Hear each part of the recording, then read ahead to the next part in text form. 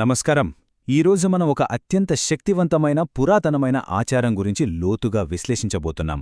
అదే శ్రీ వెంకటేశ్వర సప్తశనివార వ్రతం. ఈ వ్రతం కేవలం ఒక పూజ మాత్రమే కాదండి, కష్టాలను కడతీర్చి తలరాతను సైతం మార్చే ఒక అద్భుతమైన ఆచారంగా భక్తులు ప్రగాఢంగా విశ్వసిస్తారు. సో ఈ విశ్లేషణలోకి వెళదాం.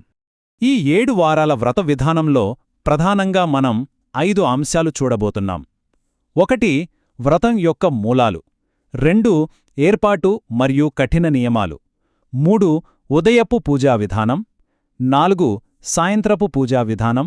మరియు చివరగా 5. 7వ వారం ముగింపు. మొదటి విభాగం వ్రతం యొక్క మూలాలు. అసలు ఈ వ్రతానికి ఉన్న పౌరాణిక నేపథ్యమేమిటో చూద్దాం. మీకు ఎప్పుడైనా అనిపించిందా, వేల ఏళ్ల క్రితం నాటి ఒక 7 వారాల వ్రతం ఈ కాలపు మన కష్టాలను ఎలా తీరుస్తుందని? ఈ వ్రతం ప్రాముఖ్యత అర్థం కావాలంటే కలియుగంలో మనల్ని పీడించే కర్మదోషాలకు, ఆర్థిక ఇబ్బందులకు ఇది ఎంత అద్భుతమైన పరిష్కారాన్ని చూపుతుందో మనం గమనించాలి. మానసిక ప్రశాంతత కోసం తప్పించేవారికి ఇదొక చక్కటి మార్గం. ఇక్కడ ఒక ఆసక్తికరమైన కనెక్షన్ ఉందండి. శనివారం అనగానే మనకు కఠినమైన నియమాలు విధించే శనీశ్వరుడు గుర్తొస్తాడు కదా. కాని అదే శనివారం కరుణామయుడైన కలియుగ ప్రత్యక్ష దైవం శ్రీ వెంకటేశ్వర స్వామిని పూజిస్తే ఆ శనిదోషాలు తొలగిపోయి అష్టైశ్వర్యాలు సిద్ధిస్తాయట. అంటే భయాన్ని భక్తితో జయించడమనమాట.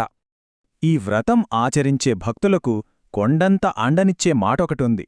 ఆధునిక విశ్వపతి గ్రంథం ప్రకారం స్వయంగా స్వామివారే పూర్తి విశ్వాసంతో ఈ వ్రతం ఎక్కడైతే చేస్తారో అక్కడ నేను ఏదో ఒక రూపంలో వచ్చి ప్రసాదాన్ని స్వీకరిస్తాను అని మాటిచ్చారు.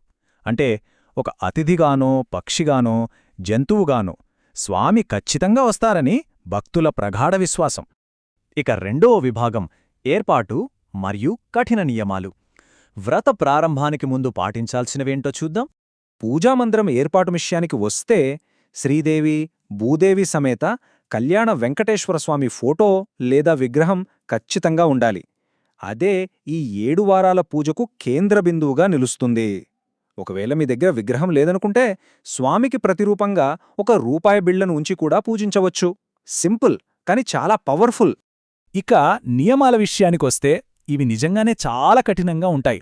మెడలో తులసిమాల, నుదుటన తిరునామం ధరించాలి, 7 వారాలు నేలపైనే పడుకోవాలి, పగలు అస్సలు నిద్రపోకూడదు, ముఖ్యంగా శుక్ర శనివారాల్లో ఖచ్చితమైన బ్రహ్మచర్యం పాటించాలి, మాంసాహారం, ఉల్లి వెల్లుల్లి పూర్తిగా మానేయాలి, మగవారైతే క్షవరం చేసుకోకూడదు, గోళ్లు అస్సలు కత్తిరించుకోకూడదు.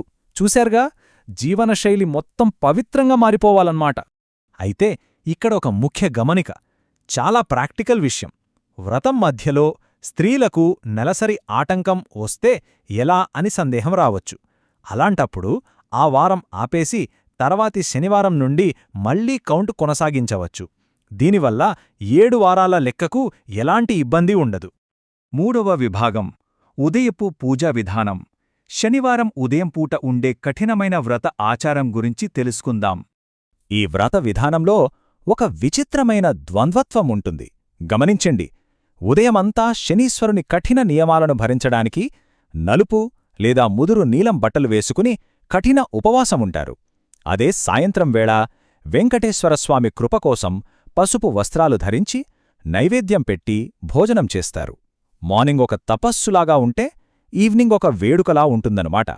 వ్రతం మొదలుపెట్టే మొదటి వారం ఒక పసుపురంగు వస్త్రం తీసుకుని అందులో పసుపు, కుంకుమ, బియ్యం, బెల్లం, తులసి ఆకులు, ఒక 11 రూపాయల దక్షిణ పెట్టాలి. మనసులో కోరికలు తలుచుకుంటూ 3 ముడులు వెయ్యాలి. దీన్నే ముడుపు కట్టడం అంటారు. భగవంతునితో మనం చేసుకునే ఒక పవిత్రమైన ఒప్పందం లాంటిదిది. ఇక ఇక్కడొక సీరియస్ వార్నింగ్ అండి. మనం కట్టిన ముడుపు పొరపాట్న పోయినా, పాడైనా లేదా కోతులు లాంటివి ఎత్తుకుపోయినా వ్రతం భగ్నమైనట్లే. మళ్లీ మొదటి వారం నుండి కొత్తగా 7 వారాలు రీస్టార్ట్ చేయాల్సిందే. నియమాలు ఎంత పక్కాగా పాటించాలో అర్థమవుతోంది కదా. ఉదయం పూజా విధానం ఖచ్చితంగా 6 నుండి 8 గంటల మధ్యలో చెయ్యాలి. ఈ సమయంలో వండిన ఆహారం అస్సలు తినకూడదు. దేవుడికి కూడా కేవలం 7 నువ్వుల ఉండలు అంటే చిమ్మిరి మాత్రమే నైవేద్యంగా పెట్టాలి. ఆ తర్వాత బియ్యపు పిండితో చేసిన 7 దీపాలను తమలపాకులపై ఉంచి వెలిగించాలి.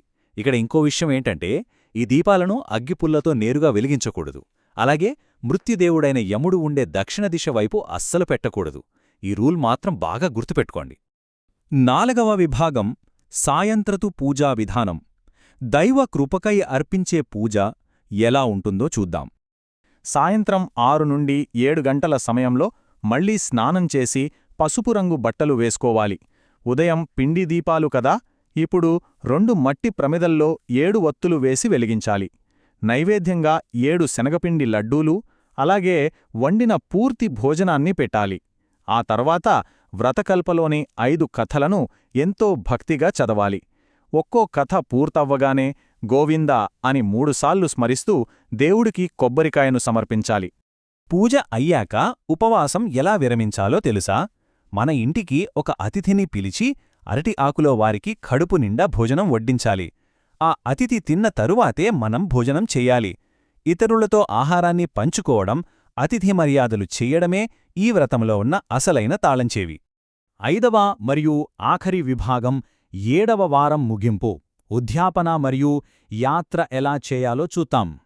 ఈ మొత్తం 49 రోజుల టైమ్లైన్ ఒకసారి చూస్తే, మొదటి వారం సంకల్పం చెప్పుకొని ముడుపు కడతాం.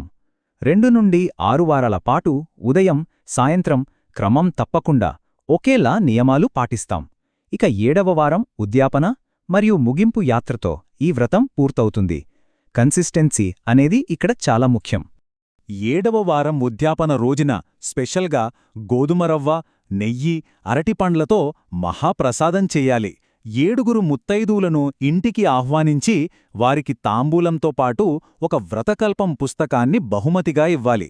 ఇలా దైవిక జ్ఞానాన్ని, ప్రసాదాన్ని నలుగురితో పంచుకుంటే 7 వారాలపాటు మనం పడిన శ్రమకు ప్రతిఫలం ఎన్నో రెట్లు పెరుగుతుందని ప్రగాఢంగా విశ్వసిస్తారు.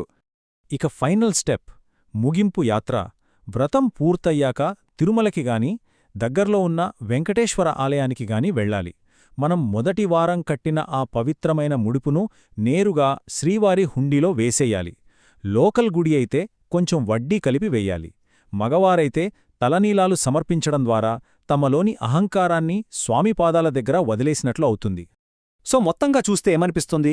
మన రోజువారీ టెన్షన్లను, జ్యోతిష్య భయాలను పక్కనబెట్టి ఒక 49 రోజుల పాటు ఇంత కఠినమైన క్రమశిక్షణలో గడపడమనేది గందరగోళంగా ఉన్న మన లైఫ్కి ఒక స్పష్టమైన దారి చూపిస్తుందనేది వాస్తవం.